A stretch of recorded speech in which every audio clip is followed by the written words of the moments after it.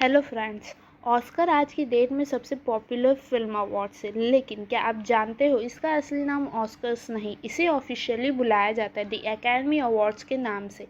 ये बात अपने आप में मिस्ट्री है कि इसका नाम ऑस्कर्स कैसे पड़ा, लेकिन इससे भी इंटरेस्टिंग बात यह है कि इन अवार्ड्स के कॉन्सेप्ट को बनाया गया था हॉलीवुड की गिरती रेपुटेशन को बचाने के लिए। लेकिन आज की डेट में देखिए, ये अवार्ड्स इतने बड़े हो चुके हैं कि दुनिया भर के फिल्म मेकर्स और डायरेक्टर ऑस्कर जीतना चाहते हैं। सबसे बड़ा सपना है एक ऑस्कर जीतना। इस साल के जो ऑस्कर थे वे इंडिया के लिए काफ़ी स्पेशल थे, क्योंकि इस बार हमें 3 नॉमिनेशन मिले थे। पहला आरआर का Naatu Naatu song best music original song के लिए नॉमिनेट किया गया था। दूसरा all that breathe best documentary feature के लिए नॉमिनेटेड, और तीसरा the elephant whisperer best documentary short film के लिए नॉमिनेटेड था।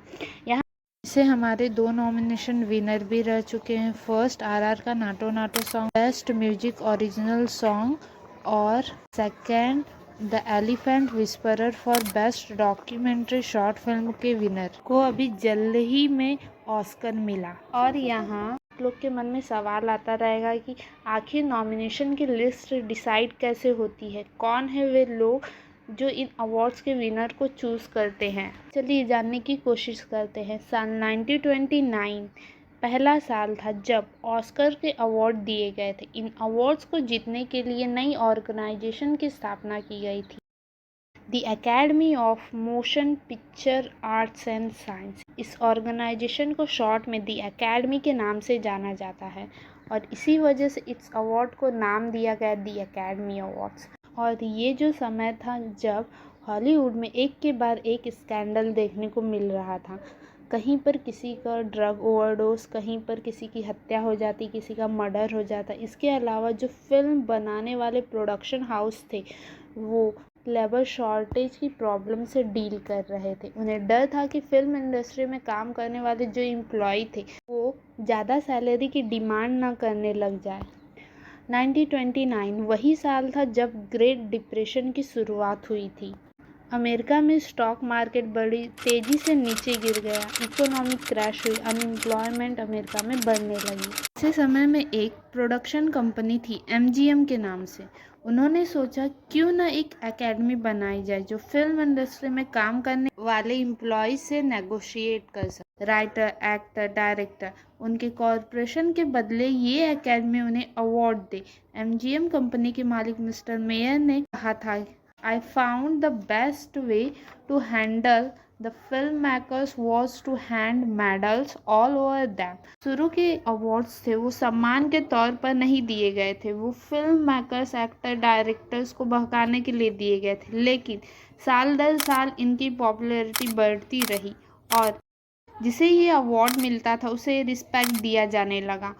साल 1956 पहली बार था जब बेस्ट फॉरेन लैंग्वेज फिल्म की कैटेगरी इन अवार्ड्स में इंट्रोड्यूस की गई। एक पॉइंट ऑफ टाइम तक ये अवार्ड्स सिर्फ ज़्यादातर अमेरिकन फिल्म्स को दिए जाते थे, और एक दो यूरोपियन फिल्म्स भी बीच में आ जाती थी। साल 1956 से लेकर आज तक फॉरेन फिल्म की कैटेगरी में ये सबसे बेस्ट प्रेस्टिजियस कैटेगरी है। ज़्यादातर विनर्स यूरोपीय देश ही रहे हैं, जिसमें इटली नंबर 1 पर है।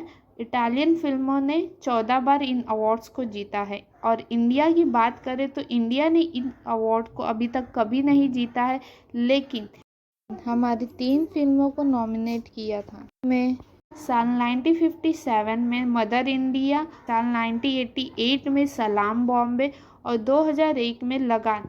शायद से ये पॉइंट था जब ये अवार्ड जीतने के सबसे करीब थे। और देखा जाए तो ऑस्कर जीतने के 24 अलग अलग कैटेगरी जिनमें ऑस्कर जीता जा सकता है। ये 5 सबसे important category: best picture, best actor, best director, best actress, best screen play.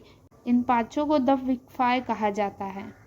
अब किसी फिल्म को ये अवार्ड जीतना है तो एलिजिबिलिटी क्राइटेरिया फुलफिल करना होता है, और एलिजिबिलिटी क्राइटेरिया है आपकी फिल्म को कॉमर्शियल थिएटर में कम से कम 1 वीक चलना होता है, एटलीस्ट 1 वीक।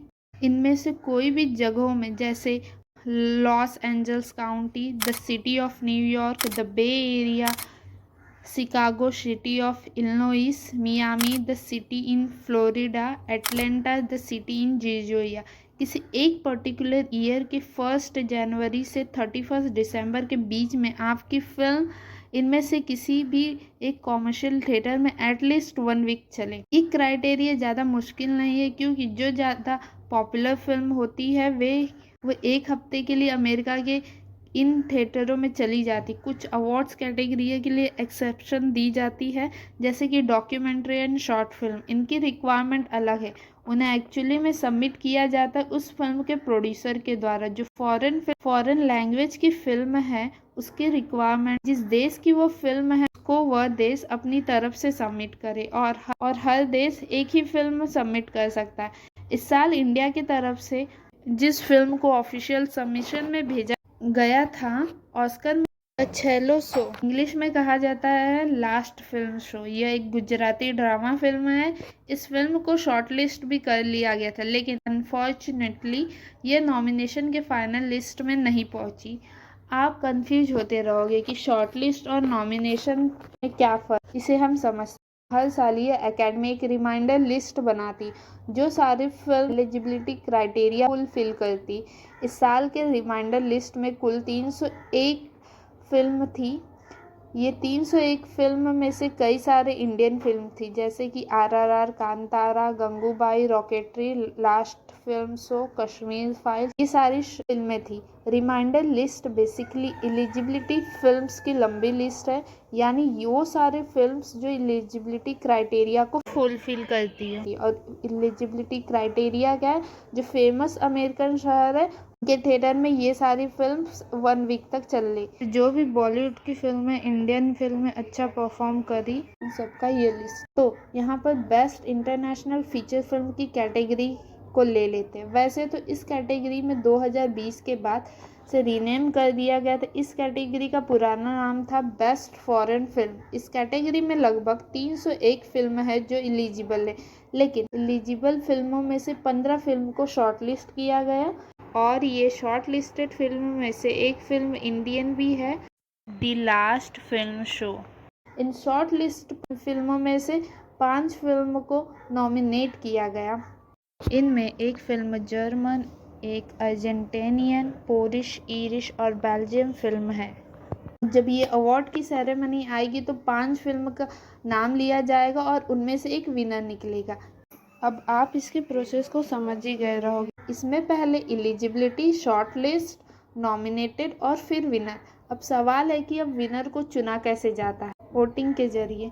ऑस्कर के अवार्ड में करीब 10,000 लोग वोट करते हैं।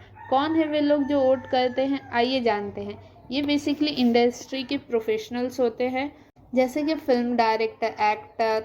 इनमें से कुछ लोग वो होते हैं जो पुराने ऑस्कर जीते हो या नॉमिनेशन में हो। इन अलग अलग वोटर्स को 7 ब्रांचेस में डिवाइड किया जाता है, जैसे कि ब्रांच 1 हो गया डायरेक्टर, प्रोड्यूसर, राइटर। किया जा रहा है उसी ब्रांच के लोग उस कैटेगरी को वोट करते हैं। इसमें वोटिंग करने का प्रोसेस 2 तरीका, एक बैलेट पेपर के थ्रू किया जा सकता है या एक ऑनलाइन प्रोसेस किया जा सकता है। ज़्यादातर अवार्ड की कैटेगरी में सिंपल मेजोरिटी वोट होते हैं, मतलब जिसे ज़्यादा वोट मिले वो जीत जाता है।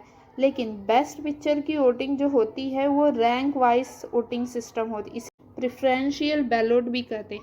इसमें पिक्चर नहीं चुननी होती, इसमें बहुत सी पिक्चर के नाम दिए होंगे, आपको रैंकिंग देनी होती। अगर किसी फिल्म को 50% से ज़्यादा रैंक 1 मिला है तो ऑटोमेटिकली वह फिल्म जीत जाती है। लेकिन अगर किसी को 50% से कम मिला हो तो सारे वोटर्स जिसे नंबर 2 पर चुना है उसके वोटों को रीडिस्ट्रीब्यूट किया जाता है। फिर देखा जाएगा कि किस फिल्म को 50% से ज़्यादा वोट मिला है।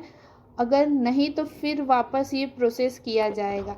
आज की डेट में ऑस्कर की वैल्यू इतनी ज़्यादा है कि एकेडमी ने कानून बना दिया है कि कोई भी इन अवार्ड्स को बेच भी नहीं सकता है और ना ऑक्शन पे रख सकता है। रूल यह है कि किसी को अपना ऑस्कर बेचना है तो उसे पहले एकेडमी को वापस बेचना पड़ेगा $1 की कीमत पर। लेकिन यह रूल 1950 से पहले एग्जिस्ट नहीं करता था, तो पुराने वाले जो अवार्ड्स है उसे अक्सर ऑक्शन किया जाता है, वह भी बहुत सारे पैसों के लिए। तो हिस्टोरिकल ऑक्शन ट्रॉफीज है, उनकी कीमत मिलियंस और डॉलर्स में है, लेकिन फेस वैल्यू $1 है। थैंक यू फॉर वॉचिंग और ऐसे मोर वीडियो के लिए चैनल को सब्सक्राइब करें।